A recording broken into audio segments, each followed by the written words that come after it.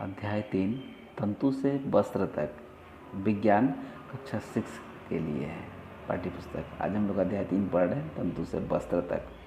पहेली और बूझों ने अपने स्कूल में आयोजित की गई विज्ञान प्रश्नोत्तरी प्रतियोगिता में प्रथम पुरस्कार जीता। वे दोनों अत्यधिक उत्तेजित थे और उन्होंने प्राप्त हुई पुरस्कार राशि से अपने माता पिता के लिए वस्त्र खरीदने का निश्चय किया। वे कपड़े की दुकान पर वस्त्र सामग्री की विस्तृत विविधता देखकर उलझन में फंस गए। जैसा कि हम लोग नीचे दुकान देखेंगे, 3.1 में एक दुकान देख रहे हैं। दुकानदार ने उन्हें यह समझाया कि कुछ कपड़े अथवा सूती या तो कुछ संश्लेषित हैं, उनमें उनके पास ऊनी मफलर तथा शॉल भी है। दुकान में बहुत सी रेशमी साड़ियाँ भी थीं। पहेली तथा बूझो अत्यधिक उत्तेजित दिखाई दे रहे थे। उन्होंने इन विभिन्न कपड़ों को स्पर्श किया और उसके बारे में जानकारी प्राप्त की। अंत में उन्होंने एक ऊनी मफलर तथा एक सूती साड़ी खरीदी। ये कपड़े की दुकान है। कपड़े की दुकान का भ्रमण करने के पश्चात पहेली और बूझो ने अपने आसपास में विभिन्न प्रकार के वस्त्रों का ध्यान से देखना आरंभ कर दिया।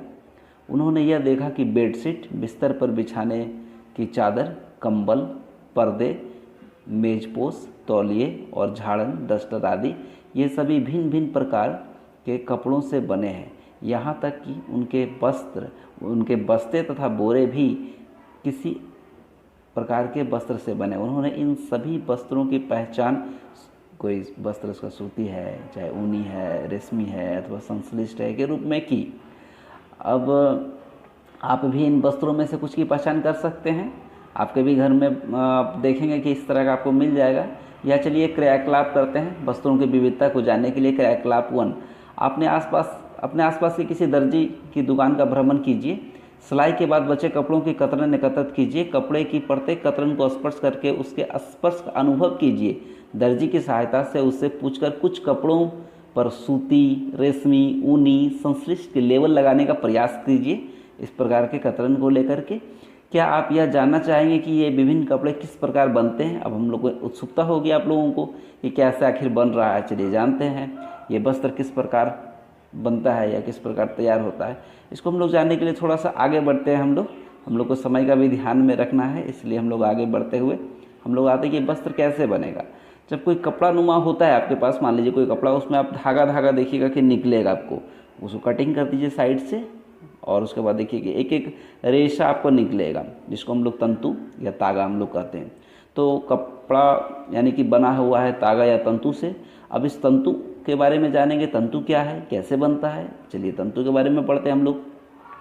इसके लिए इस क्रियाकलाप को हम लोग पढ़ लेते हैं। किसी सूती कपड़े के टुकड़े से कोई तागा बाहर निकालिए। इस तागे के टुकड़े को मेज पर रखिए। इस तागे के टुकड़े के एक सिरे को अपने अंगूठे से दबाइए। तागे के दूसरे सिरे को उसकी लंबाई के अनुदिश, जैसा कि चित्र में देख रहे हैं 3.4 में हम लोग देख रहे हैं, उस प्रकार से करना है।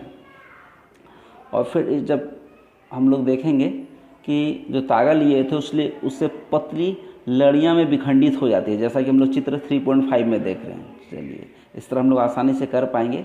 जैसे कि बहुत समय आप लोग को समस्या होता होगा सुई में तागे को पिरोने का प्रयास जब हम लोग करते हैं, तब इस तरह का अगर तागा का सामने जो है कई लड़ी में अगर बट जाता है तो उसमें आसानी से सुई में नहीं पिरोया जा सकता है। तो इसका मतलब है कि उस सूता में भी कई लड़ियाँ होती है, जिसको हम लोग जानेंगे। तागे की ये दिखाई देने वाली पतली लड़ियाँ भी और अधिक पतली लड़ियों से मिलकर बनी होती है, जिन्हें तंतु कहते हैं। उसके बाद हम लोग वस्त्र यानी कि हम लोग जानेंगे वस्त्र तागों से मिलकर बनते हैं तथा तागे भी आगे तंतुओं से मिलकर बने होते हैं। ये तंतु कहाँ से आता है? अब हम लोगों को जानना है कि ये पतले पतले जो तंतु है, जिसको हम लोग तंतु कह रहे हैं, तंतु आता कहाँ से है। चलिए कुछ वस्त्र जैसे कि सूती, जूट, रेशमी तथा ऊनी के तंतु पादपों तथा जंतुओं से प्राप्त होते हैं, उन्हें प्राकृतिक तंतु कहते हैं। प्राकृतिक तंतु जंतु से या पादप से प्राप्त हो रहा, उनको हम लोग प्राकृतिक तंतु कहेंगे। ठीक है। रुई तथा जूट, पटसन यानी कि रुई तथा जूट जो है, जिसको हम लोग पटसन कहते हैं, पादपों से प्राप्त होने वाले तंतुओं के उदाहरण है। जबकि ऊन और रेशम जंतुओं से प्राप्त होते हैं। तो जंतु से प्राप्त हो रहे हैं तो हम लोग इसको जंतु रेशा भी बोलेंगे। ऊन भेड़ अथवा बकरी की कार्तिक ऊन से प्राप्त होती है। ऊन जो है भेड़ अथवा बकरी की कर्तित ऊन से प्राप्त होती है। इसे हम खरगोश, याक या ऊँटों के बालों से भी प्राप्त किया जाता है। रेशमी तंतु रेशम कीट कोकून से खींचा जाता है। रेशम के जो तंतु होंगे वो रेशम कीट के कोकून से खींचा जाएगा। हजारों वर्ष तक वस्त्र निर्माण के लिए केवल प्राकृतिक तंतुओं का ही उपयोग होता था और पिछले लगभग 100 वर्षों से हम लोग रासायनिक पदार्थों का भी इस्तेमाल करते हैं इसमें, जिसमें कि पादप भी नहीं होता और जंतु भी नहीं होता, जिनका स्रोत पादप अथवा जंतु नहीं है, से तंतुओं का निर्माण किया जा रहा है, यानी कि रासायनिक पदार्थों से किया जा रहा है। ये हैं पॉलिस्टर, नायलॉन, एक्रेलिक, संश्लेषित तंतुओं के कुछ उदाहरण हैं। ये जो है तो संश्लेषित तंतु है। तो 2 प्रकार का हम लोग यहाँ पढ़ लिए, एक था प्राकृतिक और दूसरा है संश्लेषित। प्राकृतिक में फिर 2 प्रकार का था, जो कि आपने देखा पहले ही। प्राकृतिक में जो पादप से प्राप्त हो रहा, पादप और जंतु से। तो चलिए कुछ हम लोग पादप तंतु के बारे में आज पढ़ेंगे। पादप तंतु, रुई। पादप तंतु में आपका रुई है। क्या आपने कभी तेल के लैंपों के लिए बत्तियां बनाई होंगी? आप लोग रुई से बत्तियां हम लोग बनाते हैं। उस रुई का और भी कई जगह इस्तेमाल होता है, जैसे कि गद्दों में, रजाई में, तकियों में इस्तेमाल किया जाता है। उसमें से आप कुछ रुई ले लीजिए और उसकी पतली पतली बत्ती जैसा बनाना है तो उस तरफ बनाइए। छोटी पतली लड़ियाँ जिन्हें आप देख रहे हैं कपास तंतुओं से बनी है। तो अब हम लोग को जाना होगा कि रुई कहाँ से आती है। तो आप लोग जानेंगे कि इसे खेतों में उगाया जाता है। साधारणतः कपास के पौधे वहाँ उगाए जाते हैं जहाँ की मृदा काली तथा जलवायु उष्ण होती है, वैसे जगह में कपास होगा।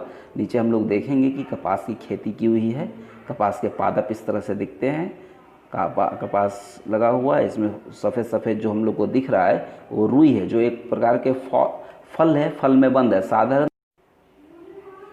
साधारणतः इन कपास बालों से कपास को हस्तचयन द्वारा प्राप्त किया जाता है। इसके पश्चात कपास से बीजों को कंकतन द्वारा पृथक किया जाता है। इस प्रक्रिया को कपास ओटना कहते हैं। पारंपरिक ढंग से कपास हाथों से ओटी जाती थी। आजकल कपास ओटने के लिए मशीनों का उपयोग भी किया जाता है। ये कपास के बारे में हम लोग पढ़े। अब हम लोग पटसन के बारे में पढ़ेंगे। पटसन यानी कि जूट। पटसन तंतु को पटसन पादप के तने से प्राप्त किया जाता है। भारत में इसकी खेती वर्षा ऋतु में की जाती है।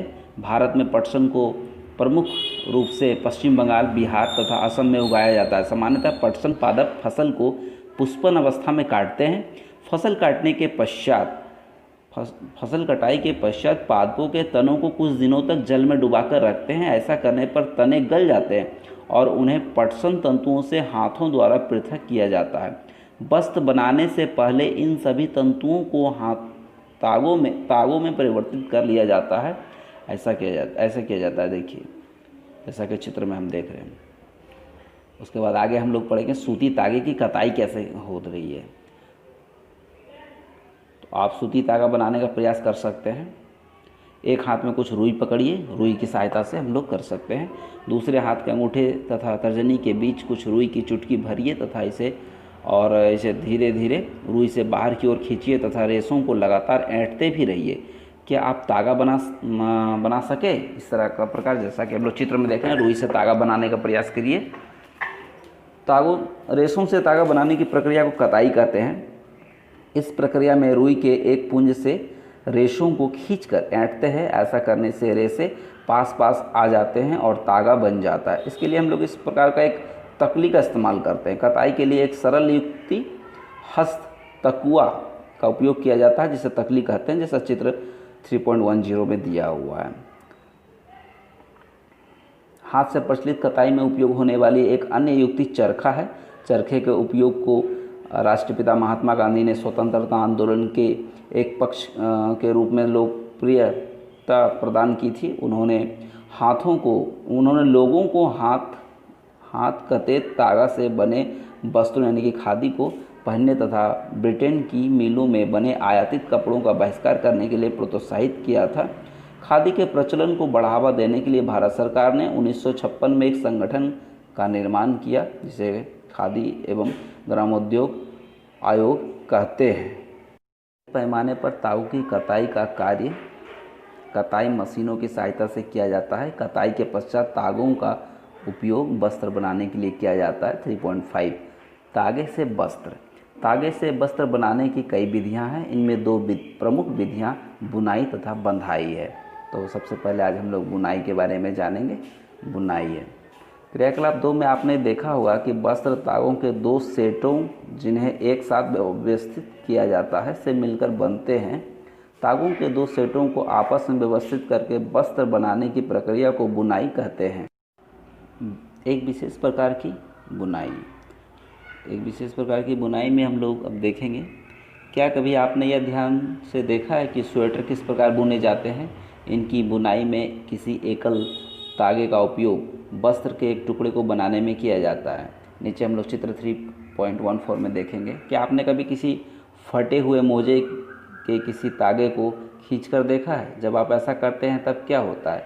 एकल धागा लगातार खींचता चला आता है तथा वस्त्र उधड़ जाता है। मोजे और बहुत सी अन्य पहनने की वस्तुएं ऐसी बुनाई द्वारा बने वस्त्रों से बनाई जाती है। इस प्रकार की बुनाई हाथों से तथा मशीनों द्वारा भी की जाती है। दोनों प्रकार की बुनाई का उपयोग विभिन्न प्रकार के वस्त्रों के निर्माण में किया जाता है। इन वस्त्रों का उपयोग पहनने की विविध वस्तुओं को बनाने में होता है।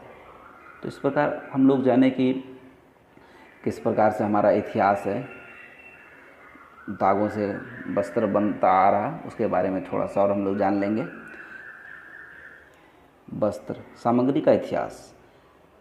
क्या आपने कभी यह जानने का प्रयास किया है कि प्राचीन काल में लोग पहनने के लिए किस सामग्री का उपयोग किया करते थे? वस्त्रों के विषय में पूर्व प्रमाणों से ऐसा प्रतीत होता है कि प्रारंभ में लोग वृक्षों की छाल, इसको बल्क, बड़ी बड़ी पत्तियों अथवा जंतुओं की चर्म और समूर से अपने शरीर को ढकते थे। कृषि समुदाय में बसना आरंभ करने के पश्चात लोगों ने पतली पतली टहनियों तथा घास को बुनकर चटाइयाँ तथा डलिया टोकरी बनाना सीखा। लताओं, जंतुओं की ऊन अथवा बालों को आपस में ऐंठन देकर लंबी लड़ियाँ बनाई। इनको बुनकर वस्त्र तैयार किए। पूर्व में भारतवासी रुई से बने वस्त्र पहनते थे जो गंगा नदी के निकटवर्ती क्षेत्रों में उगाई जाती थी। फ्लैक्स भी एक पादप है जिसके प्राकृतिक तंतु प्राप्त होते हैं। प्राचीन मिस्र में वस्त्रों को बनाने के लिए रुई तथा फ्लैक्स की कृषि नील नदी के निकटवर्ती क्षेत्रों में की जाती थी। उन दिनों में लोगों को सिलाई करना नहीं आता था। उस समय लोग अपने शरीर के विभिन्न भागों को वस्त्रों से आच्छादित कर लेते थे। वे शरीर को आच्छादित करने के लिए कई विभिन्न ढंगों का उपयोग करते थे। सिलाई की सुई के आविष्कार के साथ लोगों ने वस्त्रों की सिलाई करके पहनने के कपड़े तैयार किए। इस आविष्कार के पश्चात सिले कपड़ों में बहुत सी विभिन्नताएं आ गई है। परंतु क्या यह आश्चर्य बात नहीं है कि आज भी साड़ियों, धोतियों, लुंगियों तथा पगड़ियों का बिना सिले वस्त्रों के रूप में उपयोग किया जाता है। जिस प्रकार समस्त देश में खाए जाने वाले भोजन में अत्यधिक विविधता देखने को मिलती है, ठीक उसी प्रकार वस्त्रों एवं पहनने की वस्तुओं में भी अत्यधिक विविधता पाई जाती है। इसको ज़रा सा हम लोग यहाँ देख लेंगे। कपास गोलक है, उससे रेशे बनाते हैं ओटना विधि से, और फिर रेशे से इसको कताई करते हैं और तागे बन जाते हैं। जब तागे बन जाते हैं तो उसको बुनाई करके भी वस्त्र बना सकते हैं या बंधाई करके भी हम लोग वस्त्र बना सकते हैं। इसी के साथ हमारा ये अध्याय समाप्त होता है।